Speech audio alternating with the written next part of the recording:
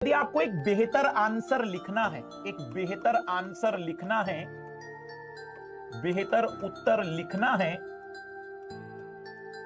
तो सबसे पहली शर्त है प्रश्न को समझना। और उसी की मदद मैं आपके सामने कर रहा हूं। यूपीएससी में जब कोई प्रश्न पूछा जाता है तो उस प्रश्न के दो हिस्से होते हैं। एक होता है कीवर्ड, एक होता है कीवर्ड जिसे हम कह सकते हैं मुख्य शब्द,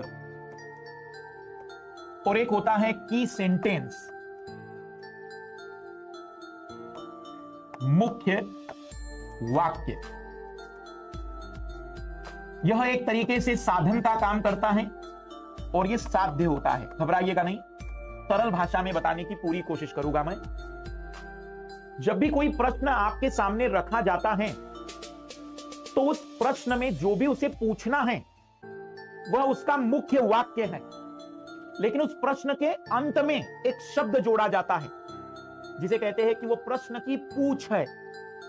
आलोचना, समालोचना, टिप्पणी, मूल्यांकन, उजागर करना, स्पष्ट करना, व्याख्या करना, इस तरीके के शब्दों को वह अंतिम रूप में रखता है। ये जो अंतिम शब्द है ना, ये तय करेगा कि वो जो मुख्य वाक्य है उसके उत्तर की आकृति कैसे बनेगी या उसका उत्तर का आयाम क्या होगा। हम जब आंसर राइटिंग करने जा रहे हैं तो उससे पहले प्रश्न को समझिए।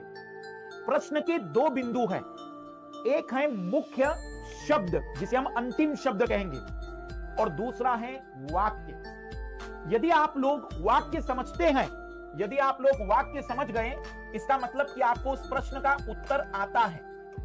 जैसे मान लीजिए कि मैंने आपसे पूछा कि वैश्विक तापन पर या वैश्विक तापन समस्त जीवधारियों के लिए नकारात्मक प्रभाव डालेगा, तो यदि आपको इसका उत्तर लग रहा है कि हाँ मैं तो लिख दूंगा, इसका मतलब तुम्हें प्रश्न का उत्तर आता है। लेकिन तुम प्रश्न का उत्तर आकर भी गलत लिख सकते हो क्योंकि तुमने पूछा ही नहीं कि मुख्य शब्द क्या था। मान लीजिए मुख्य शब्द में दिया गया है वर्णन कीजिए, मुख्य शब्द में दिया गया है दिए गए कथन के विषय में तर्क प्रस्तुत कीजिए, या फिर मुख्य शब्द में कोई और भी शब्द आ गया है।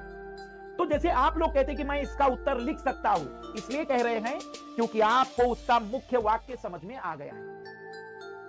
लेकिन आपका उत्तर सही है या गलत, इसका डिसीजन यह शब्द करता है कि आप उस शब्द को साथ या उस शब्द के साथ न्याय कर पाए या नहीं। देखो लाल लालियों, जब हम आंसर राइटिंग करने की शुरुआत करना चाहते हैं तो पहले प्रश्न समझ लेते हैं। प्रश्न में जो पूछा जा रहा है, जिसकी जानकारी तुम्हें प्रस्तुत करनी है, वह प्रश्न का मुख्य वाक्य है। लेकिन उस प्रश्न के मुख्य वाक्य में अंतिम शब्द तय करेगा कि वो मुख्य वाक्य की आकृति, आयाम, डायमेंशन क्या होगा, कैसा होगा, और आप उस मुख्य वाक्य में कही गई बातों का प्रस्तुतिकरण कैसे करेंगे। फॉर एग्जाम्पल, मुझसे अगर कोई कहे कि पिछले 7 वर्षों में भारत सरकार के द्वारा किए गए कार्यों की आलोचना कीजिए, तो भाई भारत सरकार के द्वारा किए गए कार्य मुख्य संरचना है। लेकिन आखिरी के शब्द ने बिगाड़ दी पूरी बात, क्योंकि आखिरी के शब्द में उसने आलोचना करने के लिए कहा है तो मुझे कार्य ढूंढने हैं और उसकी बुराइयां बतानी। लेकिन अगर कहा गया होता कि पिछले 7 वर्ष में भारत के सरकार के द्वारा किए गए कार्यों का वर्णन कीजिए, तो अब वर्णन करने में कार्य ही लिखने हैं, लेकिन मुझे उन कार्यों का विस्तार पूर्वक उल्लेख करना है।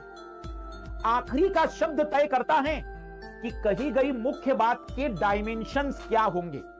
और इसीलिए मैं बार बार आप लोगों से कहता हूं कि जब भी आप अपने प्रश्न का उत्तर लिखें तो आखिरी के शब्द पर अपनी निगाहें 10 सेकंड के लिए छोड़िए और पूछिए अपने दिमाग से कि हमें मुख्य वाक्य की दिशा यह तय करनी है। आइए आज हम इन्हीं शब्दों को समझने के लिए पूरी तरह से बातचीत कर रहे हैं।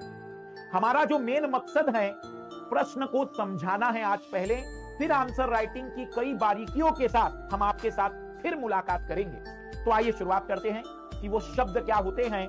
आज की कक्षा एक्सक्लूसिवली